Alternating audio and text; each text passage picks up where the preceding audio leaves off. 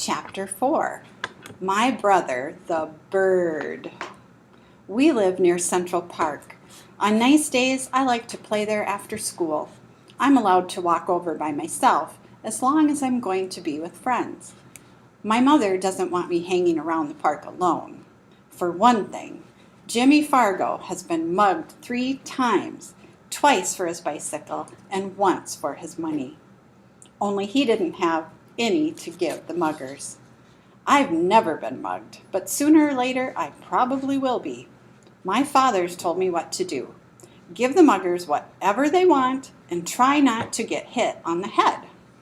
Sometimes, after you're mugged, you get to go to police headquarters. You look at a bunch of pictures of crooks to see if you can recognize the guys that mugged you. I think it would be neat to look at all those pictures. It's not that I want to get mugged, because that could be really scary. It's just that Jimmy Fargo's always talking about his visit to the police headquarters. My father got mugged once in a subway by 2 girls and a guy. They took his wallet and his briefcase. He still travels around by subways, but my mother doesn't. She sticks to buses and taxis. Both my mother and my father are always warning me never to talk to strangers in the park, because a lot of dope pushers hang around there, but taking dope is even dumber than smoking, so nobody's going to hook me. We live on the west side of the park. If I want to go to the zoo and the pony carts, I have to walk all the way through the east side. Sometimes my mother walks across the park with Fudge. He likes the animals a lot, especially the monkeys. He also likes the helium-filled balloons. But as soon as my mother buys him one, he lets it go. I think he likes to see it float up in the sky. My mother says that's a waste of money and she's not going to buy him any more balloons until he promises not to let go. On Sundays, the park is closed to traffic, and you can ride your bicycle all over without worrying about being run down by some crazy driver. Even Fudge can ride. He has a little blue toddle bike, a present from my father's client. And when he's riding, he makes motorcycle noises. Vroom, vroom, vroom, he yells. In the fall, the leaves turn darker and drop off the trees. Sometimes there are big leaf piles on the ground. It's fun to jump around in them. I never saw bright red, yellow, and orange leaves until the day my father took us for a drive in the country. The reason the leaves don't turn bright colors in New York is the air pollution. And that's too bad, because yellow and orange and red leaves are really looking neat. One nice sunny afternoon, I called for Jimmy Fargo and we went to the park. Jimmy is the only kid on my block who's in my class at school, unless you count Sheila, and I don't. She lives in my building on the 10th floor. Henry, the elevator operator, is always making jokes about me and Sheila. He thinks we like each other. The truth is, I can't stand her. She's a real know-it-all, but I've discovered that most girls are. The worst thing about Sheila is the way she's always trying to touch me. And when she does, she yells, "Peter's got the cooties, Peter's got the cooties." I don't believe in cooties anymore. When I was in 2nd grade, I used to examine myself to see if I had them, but I never found any. By 4th grade, most kids give up on cooties, but not Sheila. She's still going strong, so I have to keep a safe distance from her. My mother thinks Sheila is the greatest. She's so smart, my mother says, and someday she's going to be a real beauty. Now that's the funniest, because Sheila looks a lot like the monkeys that Fudge is so crazy about. So maybe she'll look beautiful to some ape, but never to me. Me and Jimmy have this special group of rocks where we like to play when we're in the park. We play secret agent up there. Jimmy can imitate all kinds of foreign accents, probably because his father's a part-time actor. When he's not acting, he teaches a class at City College. Today, when we got to our rocks, who should be perched up there but Sheila? She was pretending to read a book, but I think she was just waiting for me and Jimmy to find out what we'd do when we found her on our own personal rocks. Hey, Sheila, I said, those are our rocks. Says who? She said. Come on, Sheila, Jimmy said, climbing up.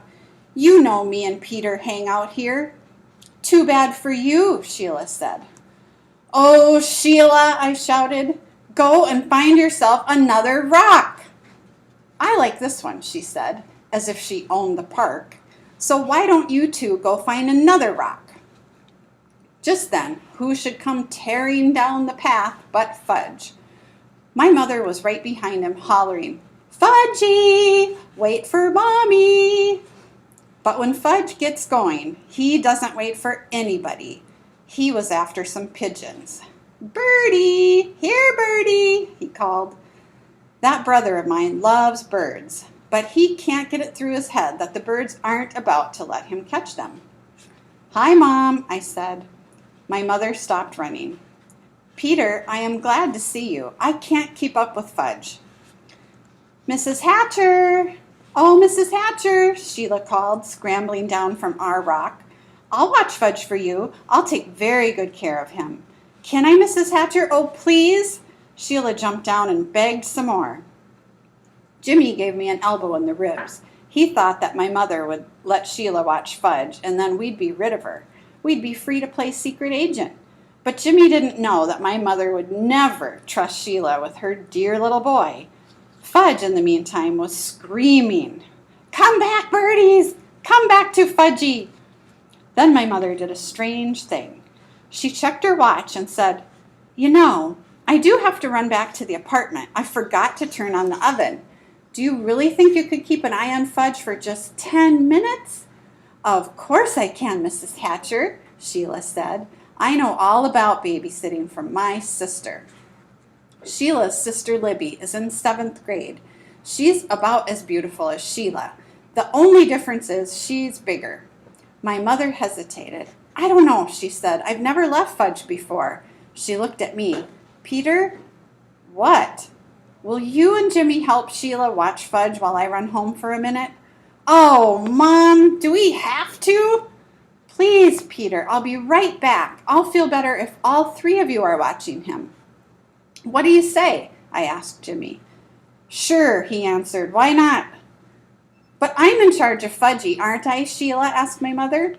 Well, I guess so, my mother said to Sheila. You probably do know more about babysitting. Why don't you all take Fudge over to the playground, and then I'll know where to find you. Swell, Mrs. Hatcher, Sheila said. Don't you worry. Fudgy will be just fine. My mother turned to Fudge. Now you be good boy for 10 minutes. Mommy will be right back, okay? Good boy, Fudge said. Good, good, good. As soon as my mother and Fudge was gone, Fudge took off. Can't catch me, he hollered. Can't catch Fudgy. Go get him, Sheila, I said. You're in charge, remember? Me and Jimmy horsed around while Sheila ran after Fudge. When she caught him, we decided we better go back to the playground like my mother said. It was a lot easier to keep an eye on him in a smaller place. Anyway, Fudge likes to climb on the jungle gym, and that way he can't get lost. As soon as we got to the playground, Sheila started chasing me. Peter's got the cooties, Peter's got the cooties, she yelled. Cut that out, I said. So she chased Jimmy. Jimmy's got the cooties, Jimmy's got the cooties. Me and Jimmy decided to fight back. So what if she's a girl? She started it. We grabbed her by the arms. She squirmed and tried to get away from us, but we wouldn't let go. We hollered really loud, Sheila's got the cooties, Sheila's got the cooties. All 3 of us were so busy fooling around that we didn't notice Fudge up on the jungle gym until he called, Peter, Peter. That's how he says my name. What? I asked. See? Fudge flapped his arms around. Fudgy's a birdie, Fudgy's a birdie, fly, birdie, fly. That crazy kid, I thought, running to the jungle gym with Jimmy and Sheila right behind me. But it was too late. Fudge already found out he didn't have wings. He fell to the ground. He was screaming and crying, and his face was a mess of blood. I couldn't even tell where the blood was coming from at first. Then Jimmy handed me his handkerchief. I don't know how to clean it, but it was better than nothing. I mopped some blood off Fudge's face. Sheila cried, It wasn't my fault. Honest, it wasn't. Oh, shut up, I told her. He's really a mess, Jimmy said, inspecting Fudge, and his teeth are gone too. What are you talking about? I asked Jimmy. Look in his mouth, Jimmy said. Now, while he's screaming. See, he's got a big space where he used to have his front teeth. Oh no, Sheila screamed. He's right. Fudgy's teeth are gone. Fudge stopped crying for a minute. All gone? He asked. Open your mouth wide, I said. He did, and I looked in. It was true. His top two front teeth were missing. My mother's gonna kill you, Sheila, I said. Was I glad I wasn't left in charge of my brother? Sheila cried louder. But it was an accident. He did it himself. You better find his teeth, I said. Well, where should I look? Sheila asked. On the ground, stupid. Sheila crawled around looking for Fudge's teeth while I tried to clean him up some more. See, Fudge said, showing me all his wounds. Boo-boo here and here, more boo-boo here. His knees and elbows were all scraped up. I'm going to go get your mother, Jimmy hollered, running out of the playground. Good idea, I called. I just can't find them, Sheila said. Well, keep looking, I yelled. Honestly, Peter, there aren't any teeth here. All gone? Fudge asked again. Not all, I told him, just two. Fudge started to scream. Want my teeth! Want my teeth! Jimmy must have met my mother on her way back to the park because it only took about 2 minutes for her to get there. By the time the whole crowd of kids had gathered around us, most of them were crawling on the ground like Sheila, looking for Fudge's teeth. My mother picked up Fudge. Oh, my baby, my precious little love. She kissed him all over. Show Mommy where it hurts. Fudge showed her all of his boo-boos. Then he said, all gone. What's all gone? My mother asked. His top two front teeth, I said. Oh, no, my mother cried. Oh, my poor little angel. Sheila sniffled and said, I just can't find them, Mrs. Hatcher. I've looked everywhere, but Fudge's teeth are gone. He must have swallowed them, my mother said, looking into Fudge's mouth. Oh, Mrs. Hatcher, how awful. I'm sorry. I'm really very sorry, Sheila cried. What will happen to him? He'll be all right, Sheila, my mother said. I'm sure it was an accident. Nobody's blaming you. Sheila started bawling again. My mother said, let's go home now. I thought my mother was being pretty easy on Sheila. After all, she was left in charge. When we got home, Mom washed Fudge's cuts and scrapes with her peroxide. Then she called Dr. Cohn.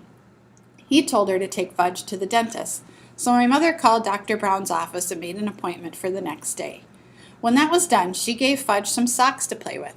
I went into the kitchen to have a glass of juice. My mother followed me. Peter Warren Hatcher, she said.